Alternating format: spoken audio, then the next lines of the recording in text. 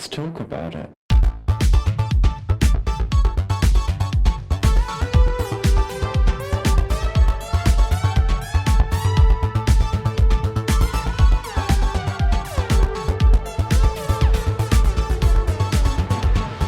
Hello and welcome back to Thicc Radio, the award-winning podcast where we talk about gaining, feedism, and everything in their orbit.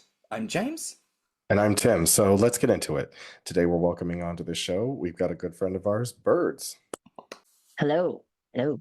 Hello, how are you, my love? I'm doing well. It's about 6:38 where I am now. And but yeah, excited to wake up early for you guys.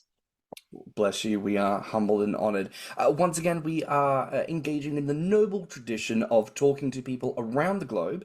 And so time zones sometimes are not the most favorable, but we are very blessed to have you with us, Birds, being gracious and giving us of your early morning. So listen, my love, are you ready to get into it?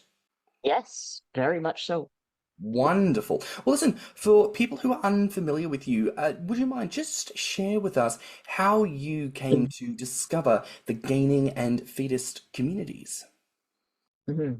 So I guess I kind of came across it through YouTube. There was someone I followed on YouTube who put a link to Feabie way back in 2015, and I was like, oh, it seems cool, and clicked on it, and the rest is history. I guess I discovered this like weird little community, and I think what was big for me is I realized that I wasn't alone. It wasn't this like strange freak with like this secret YouTube list, and just suddenly discovered there's this whole world of other people. I guess if you want to go back further, yeah, I guess I had an idea that I was into, I don't know, gaining and stuffing and that kind of thing from a young age, blaming the Charlotte's Web, and I guess had these ideas, fantasies, and then at some point got onto Googled certain keywords into the Google machine, and came across Dimensions and their library, discovered the fiction. And weirdly, when I first discovered, like, I guess what we call like feedist fiction, I had this like weird, almost like a weird sense of guilt of like these people should not be eating so much, it is bad, and just for these stuff these fictional characters were doing. And at some point, yeah, kept Googling stuff, discovered, I guess, like stuffers and people gainers on YouTube, and which is eventually how I came to Feabie. So I've been on Feabie since 2015 and made friends, met up with some people there, dated some people there, and I'm somehow still there, have not rage quit yet. And yeah, for now it's like this amazing community for me, often infuriating, but mostly, yeah, just like this community that I feel it's like, yes, part of my life now. I have some old friends there. It's a place for me to like, I don't know, post about like very specific feedist experiences and like, I don't know, jokes involving feedism that I know only like folks on there will get. And yeah. You know, it's worth pointing out again that across all facets of humans, you know, and all gender expressions and all sexualities, we all have this thing in common. If you're into this, you're usually into it from a young age. It's usually influenced by some media that you have seen at some point in your childhood that gets filed away in your lizard brain, and then it comes back later after puberty, and before you know it, you're pleasuring yourself to some very specific images in your head. And, you know, I Yes. love that we all have that common thread. Yes. I think we did an anniversary episode for Charlotte's Web all the way back in season Yes. 2. Yeah, that was actually the very first episode that I listened to of Thicc Radio. Fabulous. Well, listen, I tell you, this is why we do this, right? Because like it feels like there is so like it is not just like a thread of a thought, right? It is a full tapestry of so much to do with gaining and feedism that so many of us find our avenues into and the way that it shows up for us in our everyday. So it's our honor and privilege, of course, to have had that conversation. And I love knowing that it's something that drew you into wanting to connect with us. And just like Hmm. Tim said, the fact that around the world, many of us have very similar origins in terms of what first drew our eye. And I love that you express it. You've been a part of the community, at the very least through certain platforms for a number of years. Yeah. In fact, you say 2015, that makes a decade. 10 years. Yeah. Yeah. Which is It's wild when you think of like the insane. concept of a decade, right? It's like you say the 80s, and you think Yeah. like it's a fashion and it's a color and it's a scent and it's a Yeah. taste and it's very tangible. And yet here are all of us like using message boards and just Hmm. trying to build community. Yeah. Yeah. In fact, yeah, actually, I'll tell a bit about how I discovered Thicc Radio, which was, I mean, not as exciting, but essentially, I got really into podcasts recently, and got really into realize I was really enjoying a bunch of like started looking out for like kink podcasts, and there's a few like really good ones. Even like none of them were feedism related, but started listening to them. There's one called like Why Are People Into That? There's another one called The Dildorks, and yeah, just really finding stuff that I could connect with that had like I was also on the fringes of what I was into and helped me to understand like, yeah, what the I don't know, kink and the I don't know, foundations of it and like stuff around it. And a lot of overlap was with what I was into. Then at some point I was just like, you know what? Looking at all these podcasts, like searching desperately for any mention of like feedism or like fatness. Why don't I just start looking for like a fetus podcast? And I found you guys, and it's been great. Well, and when we were first starting out, like I had tried it on my own before Hmm. James and I got together and started doing this, and it was kind of like it was a similar thing when I started listening to Hmm. podcasts. It was like right before the pandemic and lockdown happened, Hmm. and I was looking specifically for stuff about gaining, Hmm. feederism, and I was finding a few episodes here and there, Yeah. where people would interview different fetishists on different types of kink podcasts, but there was Hmm. nothing that was really in depth. And Hmm. I felt that there was nothing specifically from the queer man's perspective. So I went Hmm. out and created it and undertook something that I wasn't ready for. And thank God James came along. Yes, my Type A personality was truly ready to steamroll. Well, I say that. I went in not knowing Tim, right? Like it was a cold call, shall we say. It's Hmm. basically me Hmm. like sort of coming up, looking all cute, being like, "Listen, mister, I know you've got a podcast of your own, and if you could see your way into having a co-host, I'd love that." And then Tim was like, "Well, I was thinking about packing it in." And then immediately the devil horns came out, and I was like, "Great! Now I'm going to be the one." Like, no. Well, no, because actually I was thinking, oh, thank God somebody else. But it's interesting, right? Like even that, like it's a matter of timing and how like because of that, Hmm. Tim and I found each other, and through that, like we talked about this before. Like it started off as just like, oh yeah, we're gonna do this podcast together, but Tim is now my best friend, and I'm like, oh, like That's awesome.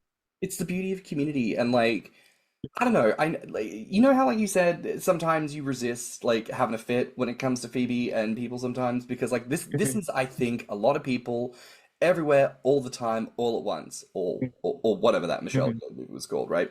But like it happens everywhere where we all get very frustrated because we Hmm. look at what's around us and we go, this is a struggle city. But there is really Hmm. something that when you seek out earnestly the right kind of connections or the right kind of opportunities, you might just find that you find a best friend. And in your case, Birds, you might just find out that you're a guest on a podcast. An award-winning Yeah. podcast, Yeah. I might add.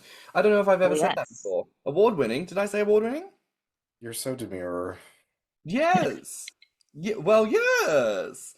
I'm gorgeous, hilarious, and humble. Very humble. Yes.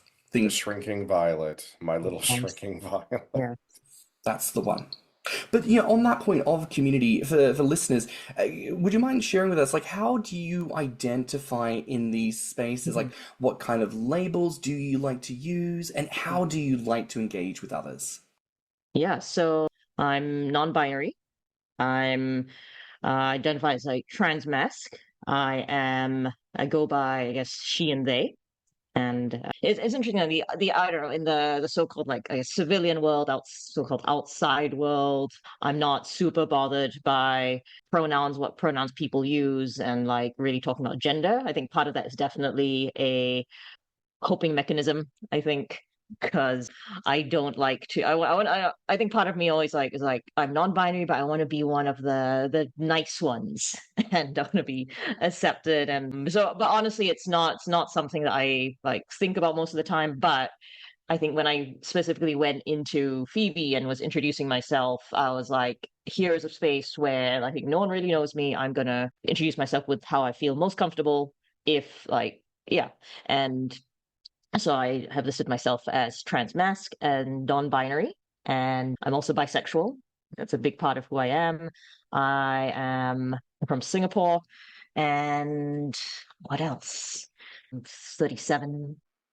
So when it comes to engaging with others, what is your preferred way of engaging? Let's say brand new profile, the person, and let's say that the person, by all means and appearances, looks legit, looks like a real human being with real photos they have on their profile that they're looking to make new friends.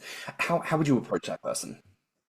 Okay, so I guess it would depend, like what, in a way, I guess what year, what era I was in my life. Honestly, yeah, when I first joined Feabie, I didn't care. I would approach anyone, real, fake. With what we call the word we use is a gray face, which means they haven't put up a profile picture. I think it's only kind of more recently that I think people and I have become much more of a stickler of like need to know that you're real. Honestly, yeah, when I first joined Feabie, I was like, oh my God, this is like I can like fat chat with anyone, I can with any profile. And so really it was just like I would post stuff on the news feed and people would just like message me stuff and I'd kind of just interact with everyone, or I would just like cold message anyone and just say that like how is it going, really cringy stuff like I don't know, I don't know, have what are you eating or something.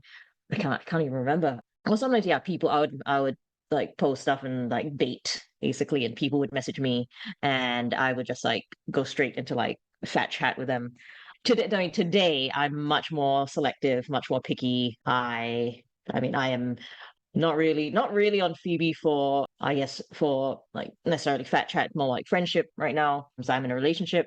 And right now it's more, we just like, yeah, it's more like I'll just reach out to people who seem cool, who seem interesting. Like when I first started out, as I said, message anyone. Right now, I mostly just message like queer people, people I think would be that I think are cool, as well as like also into feedism, because there are also a lot of people, I guess, on Feabie who are not into feedism, and that's cool. And I have made some like really good friends like that, and so some actually still I still have lots of really great friends on Feabie who are not into feedism and really great people, but I primarily try to seek out like people who are into feedism, and we because I know we have that connection. And yeah, so I think right now I don't necessarily reach out to that many people, but it's more like I'll post stuff and we'll interact. People interact with like my posts, and sometimes they'll like message me, and they usually like random, often like random non-fetus related stuff.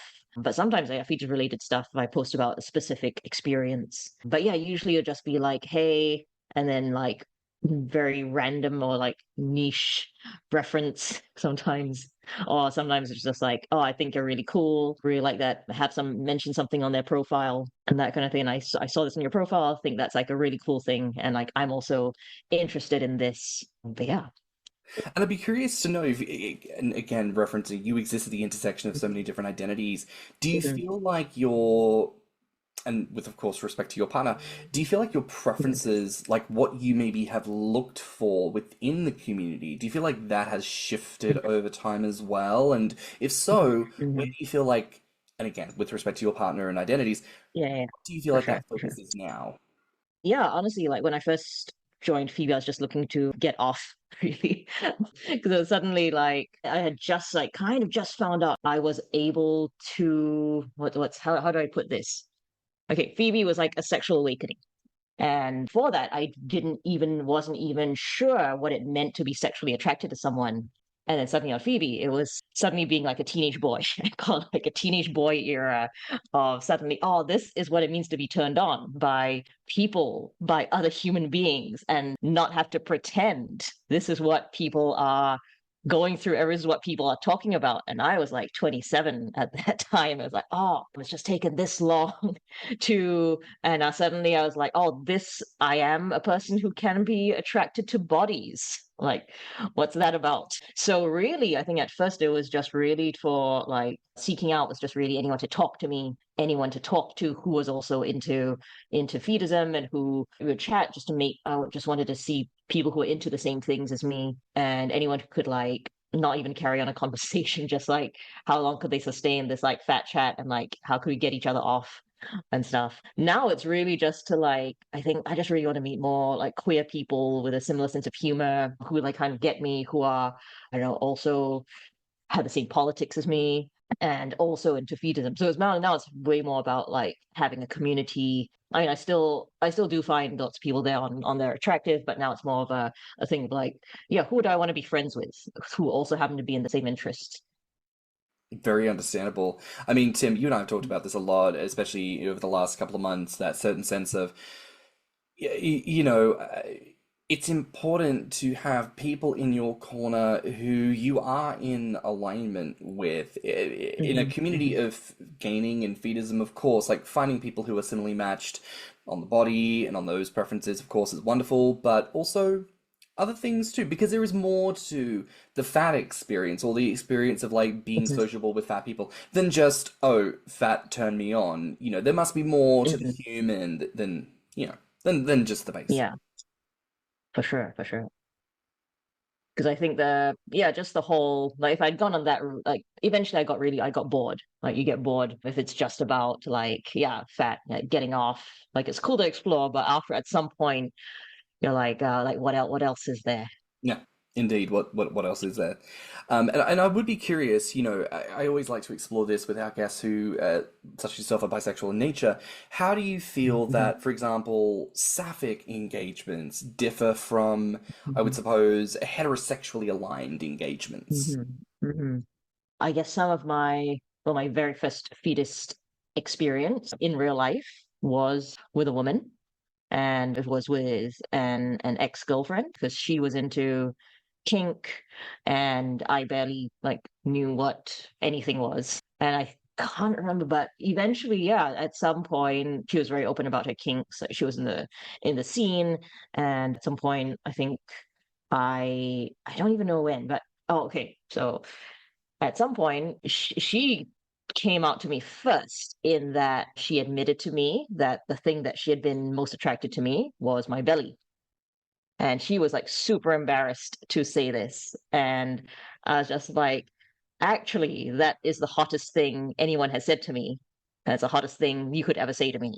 And she thought that she was like being this like weirdo freak and I'd get really offended. And I was like, no, this is like amazing, actually. And then I sort of came out about like what I was into, and she was like, that is a fetish, like that is your kink. And so we sort of explored that a bit, mostly in like, yeah, fantasy and that kind of thing. And at some point, and yeah, so that was like, yeah, great experience. At some point, our relationship didn't work out because she was more of a admirer than and not really into the kink. And I didn't have the experience or I guess at all to really be able to explore her own kinks.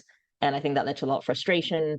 And so it didn't really work out. At some point it became kind of, I guess from her perspective, kind of imbalanced and unfair because like she was putting out the effort to get into my stuff and I wasn't really reciprocating because I didn't know how and I was too scared to like really ask how. But so that was like that was like a really big experience. And how does it differ?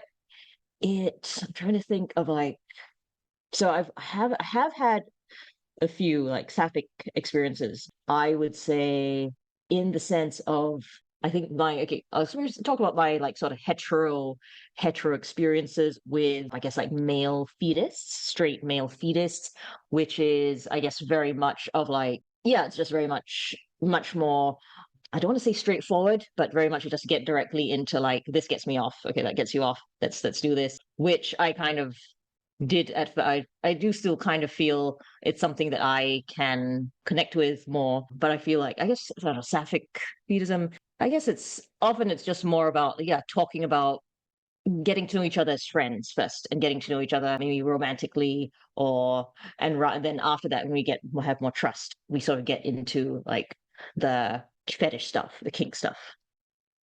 And I know you've expressed that your sense of gender identity and, of course, other intersections have shifted over the years. Mhm.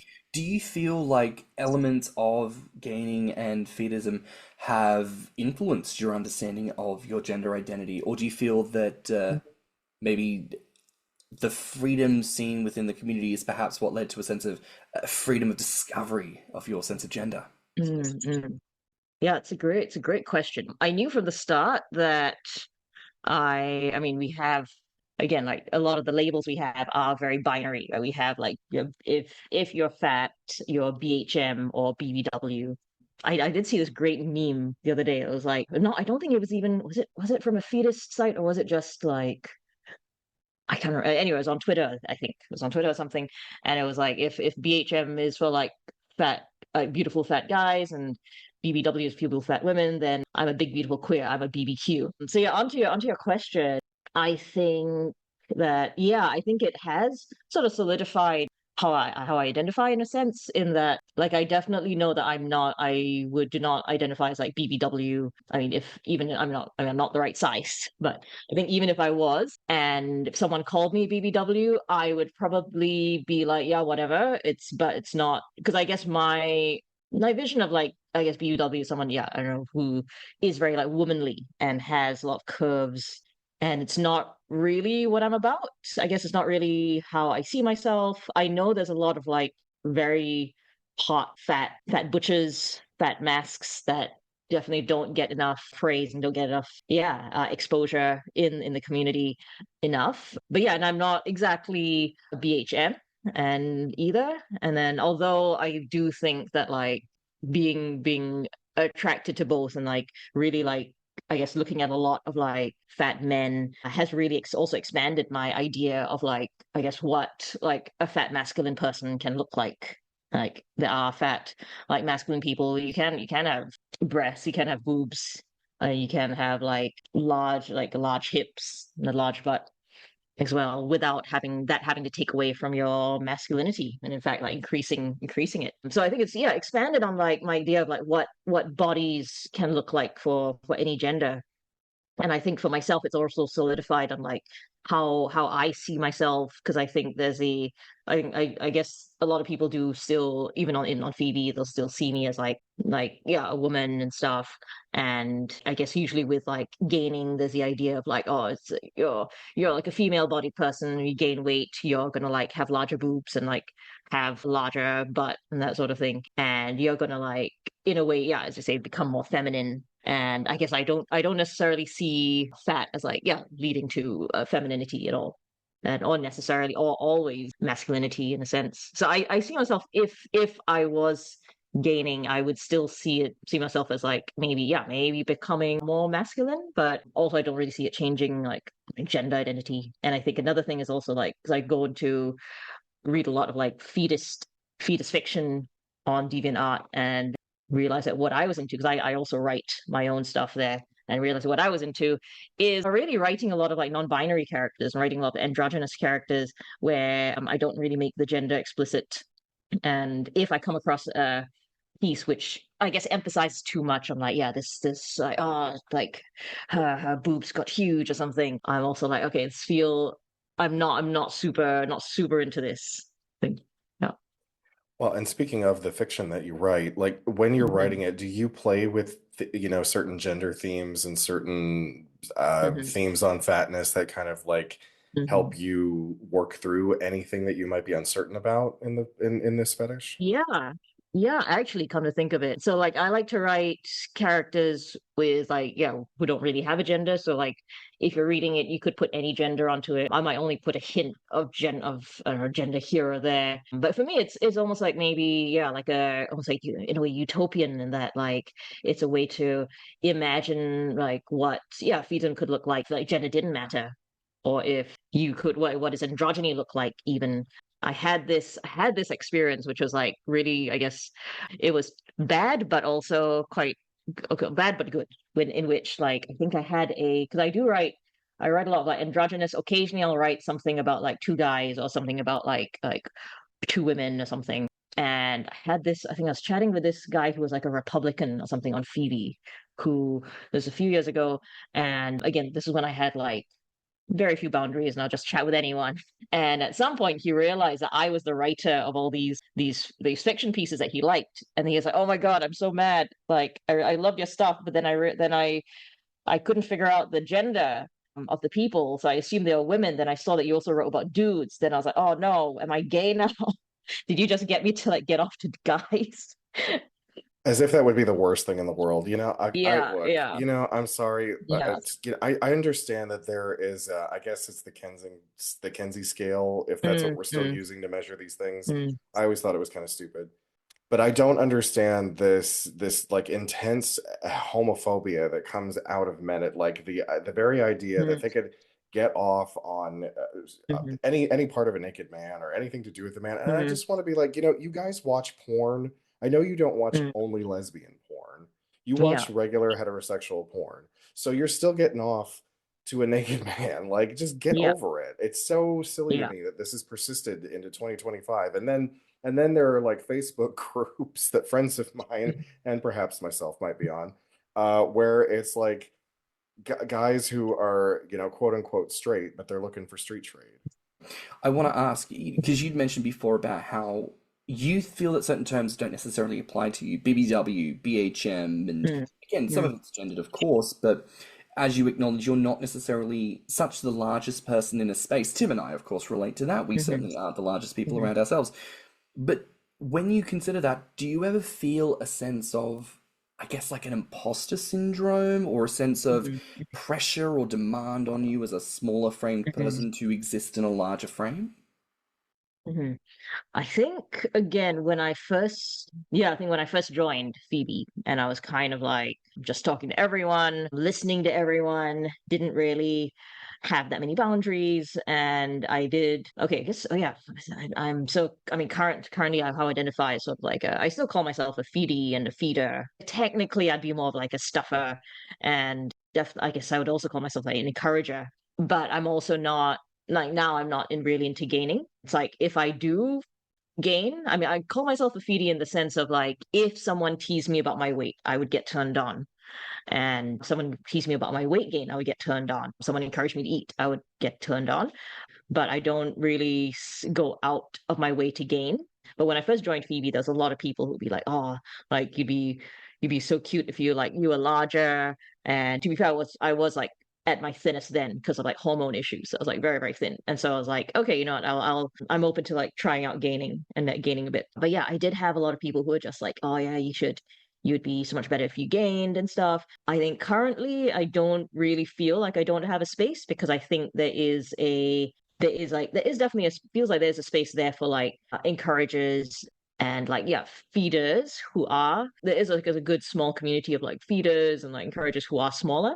And I think there is almost a yeah not I wouldn't say a hierarchy, but I think there is an awareness that like we are more privileged because we're in smaller bodies. So I think it's not so much I feel imposter syndrome, but it's more like I think I just feel like there are certain topics which I'm not going to weigh in because I don't they don't need my voice. There's a certain issues in the community that they don't need to hear from me that I don't need to weigh in on everything. And yeah, that kind of thing, or like certain things I can like take a step back and because it's not been my own lived experience. And I think I'm also very aware of like ironically like taking the whole thing of like taking up space in that like I don't need to take up as much space as like a smaller person who doesn't have to deal with living in a larger body on a daily basis. And I think knowing having dated and like knowing a lot of like larger people, I also fully understand my own privilege in the outside world. So as a result, I'm like I kind of yeah, I guess I kind of like I don't really feel like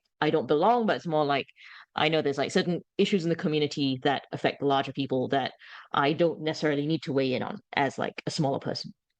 And you said that you're based in Singapore. So how does that part of the world treat fatness or gaining weight? Are there any kind of resources out there for them, or is it still looked down on? Hmm.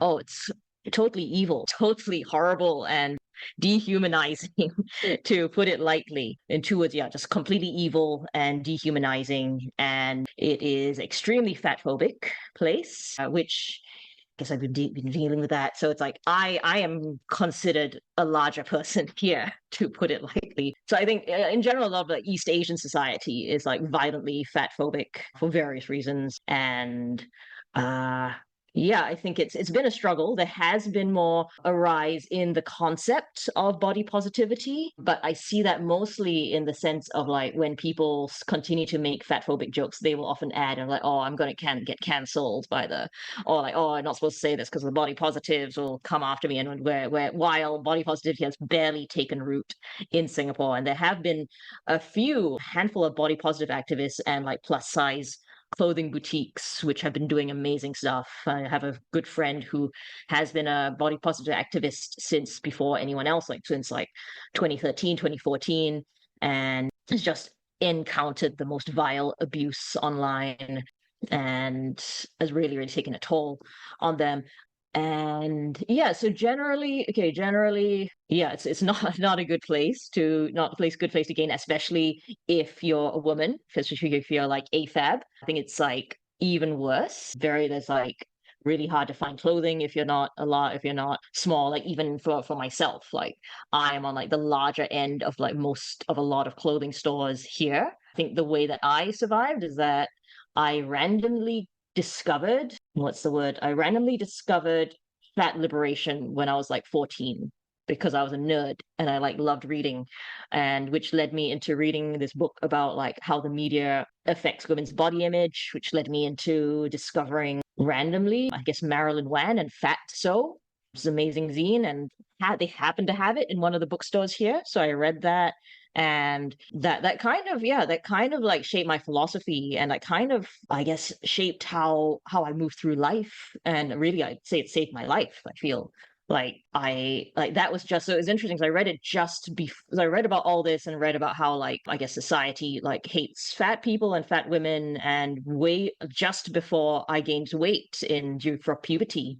And like so I had all these like people, like I was like family and like friends, like criticizing, like coaches criticizing me about my weight. And I was like, oh yeah, the book said that this was going to happen. The book said that this was going to be bad. I guess I'm experiencing it now. But the books also said that this is all like society, and it doesn't have to bother me if I don't want to. Because a very, very unusual experience. So like I literally had this like experience where like I used to hang out with my friend and her boyfriend, and he randomly called my house one day to like asked to speak to my mom, and he was like, what has Stephanie been eating?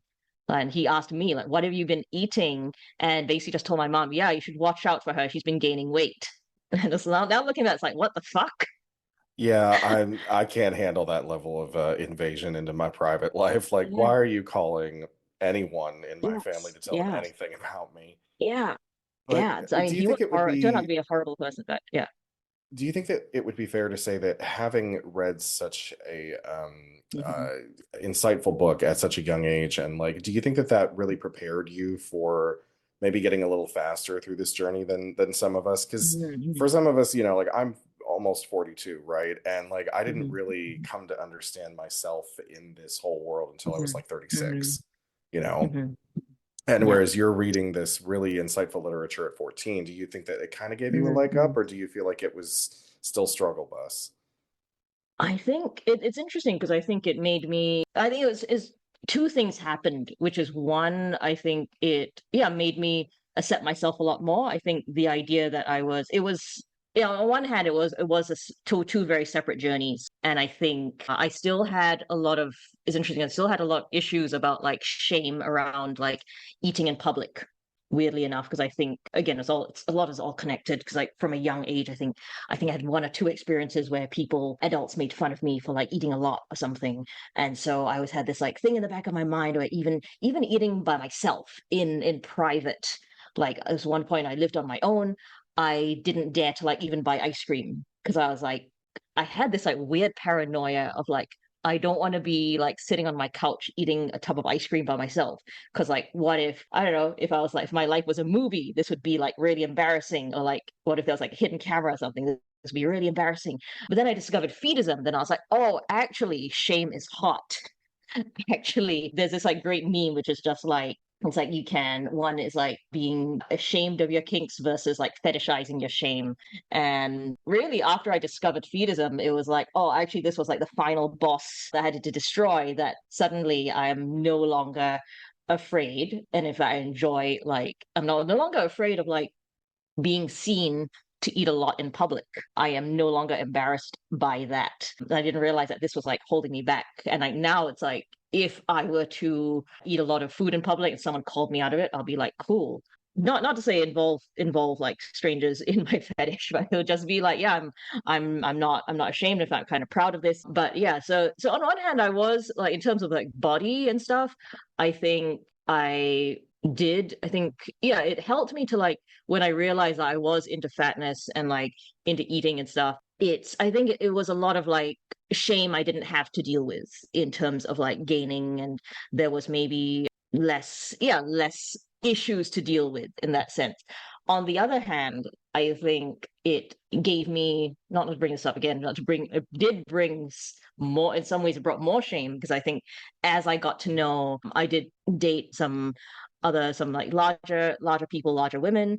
And I think a big thing was that I never dared to, I think, bring up fetishism to them, because I think the whole idea was that, I guess, fetus, I think I had shame in the sense of like, we as feminists, as like women trying to exist in the world, we often associated fetus or like feeders and like fetishists as like horrible, creepy men that would hit on you online and like just fetishize you just for being a larger person. So that is like the experience that friends of mine had. So for a very long time, I think I just like, yeah, did not dare to say anything about having this fetish, because I thought it was like bad, and it meant I was like a bad person. So I really could not connect like being friends and like really having relationships with like larger women, as well as having this fetish. It felt like something I had to like really, really hide. And I think it really like damaged, kind of made me not a great person to date, I think, because I wasn't sure how to express my own affection and that kind of thing. And so yeah, so I think it was only really later on that I like was able to connect it, and after discovering the scene, then I realized, oh, I'm not a bad person. You can like have this fetish and not be a complete asshole. And even though that was like the experience that a lot of people had.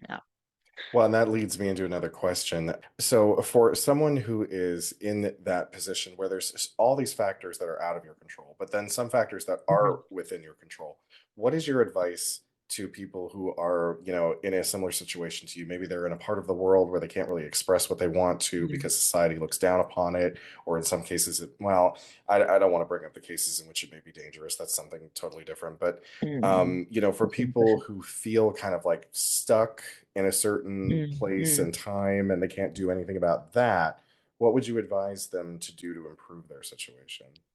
Yeah, it's a great question. I think I mean, the internet exists. Like the internet exists.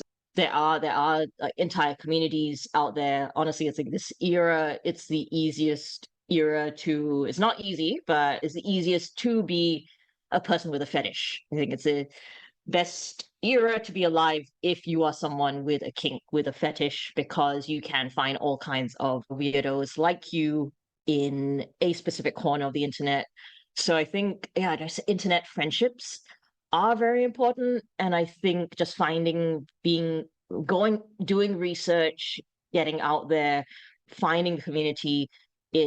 I can't say that you will be able to like find someone in real life, because even honestly, Singapore has been, yeah, terrible, not a great place. But at the same time, I was able to like, yeah, find like randomly date a fat admirer. I was able to connect with like, I have been able to meet like other people in Singapore on Feabie, and with like a mix of results. And but yeah, I guess I would say like, it's the internet, and I don't like to say this, but like the internet is a great tool, is your friend, that you can find lots of people on it, and like, I guess, focus on, I guess, building friendships. I think one issue with a lot of people, I think this, we have been going on about this on Feabie for like 10 years now, but like, I think a thing that like we always see is like people who come, and then, or like a lot of men who just like come on, and then like after 24 hours they're like, oh, why no Feedy BBW girlfriend yet?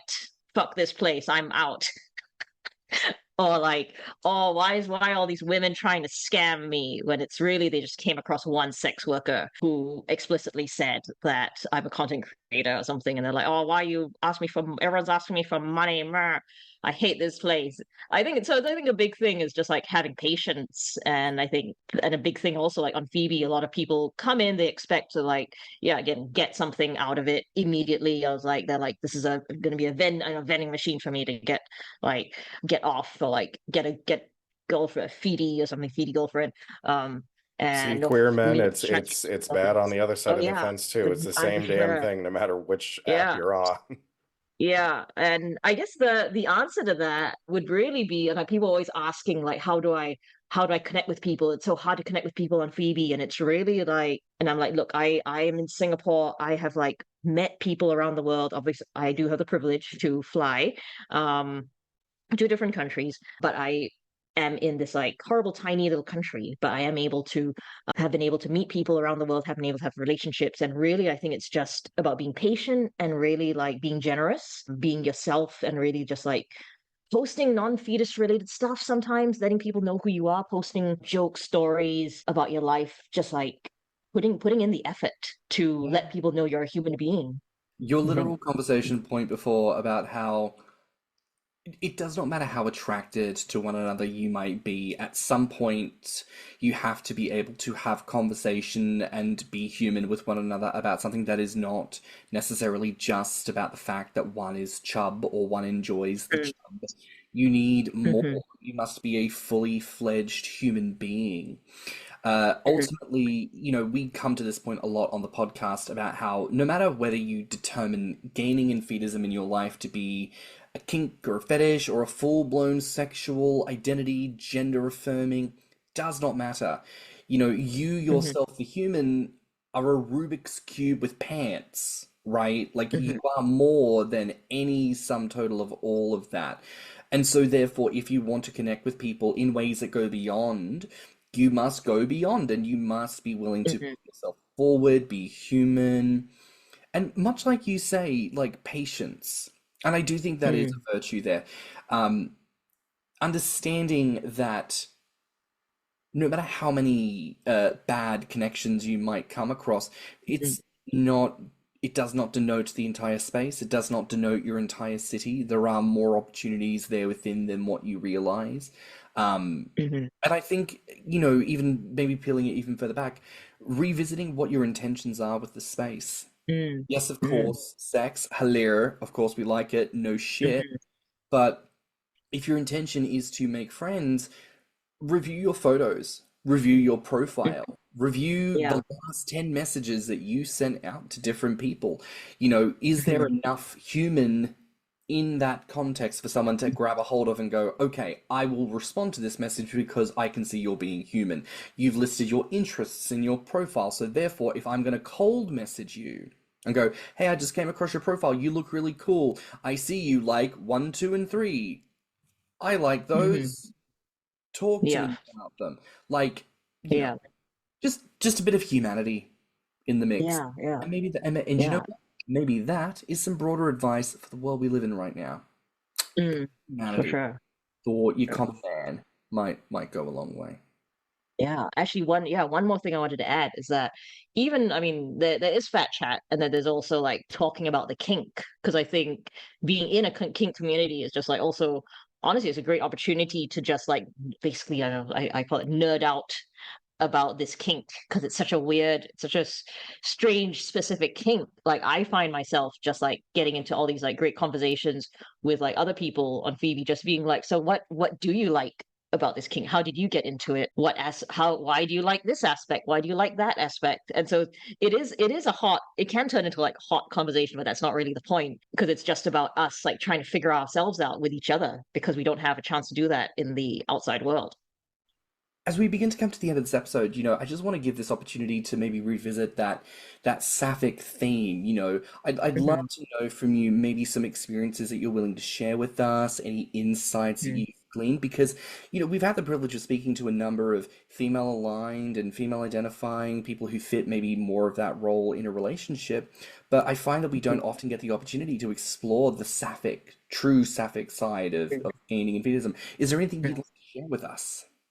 Yeah, in a way, like think yes. So I think it is difficult. It's not easy to, I guess, be someone like sapphic aligned, someone basically being like a woman who's into women, or non-binary person who is into women, who's seeking out like a lesbian relationship, because again, we're a niche within a niche. And I have found that there is a long history of like lesbian fetish communities, lesbian fetish scenes. But again, within feedism, we are like, yeah, like minority and a minority and a minority. So it's like extra hard. But it also means that like when you do make those connections, it is like extra special and like really great. And again, I would say if you're like, I guess, a queer woman, queer non-binary person looking to have like a sapphic relationship, again, I'll just say, I think just be open-minded, have a lot of patience. I just be open to making friends, and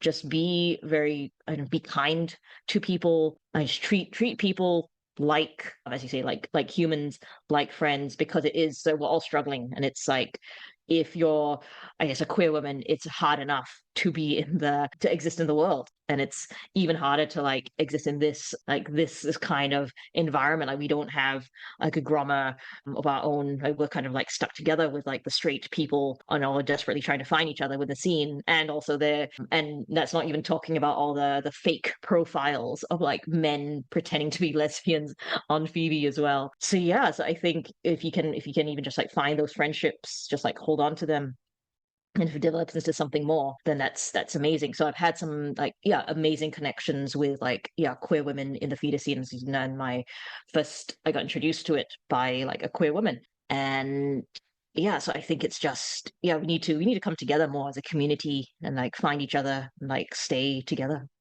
That's wonderful. Birds, I want to thank you so much for your time today. This has been a really wonderful opportunity to get to know you, and I just really appreciate everything you've shared with us. So, thank you so much. Thank you. Thank you for the chance to be on the podcast. I've been super excited for this. Of course. Now, listen, where can our listeners find you online? Okay, so on Phoebe, I'm Birds for Hands. So it's just like BirdsforHands. And also, if you want to find my fiction, because I always get excited whenever I get a like on DeviantArt. So you can find my fiction on Habituate72, Habituate72. Fantastic. Well, that's a wrap for now here on Thicc Radio. Please remember to like and subscribe, rate us 5 stars, and leave us a good review. If you liked this episode of the podcast, or just us in general, please share it with your friends and encourage them to tune in. You can find me on Instagram and BlueSky at stannnum. And you can find me on Instagram at ThiccMouse and Grommr at Orpheus. You can also look us up on Instagram, YouTube, and TikTok at our Thicc Radio, or at our website at podpage.com/thiccradio. If you want to become a financial supporter of the show, you can donate to our PayPal, and you can always write to us at thiccradio@gmail.com. So until next time, bye, Fats. Bye, Fats. Bye, Fats. Let's talk about it.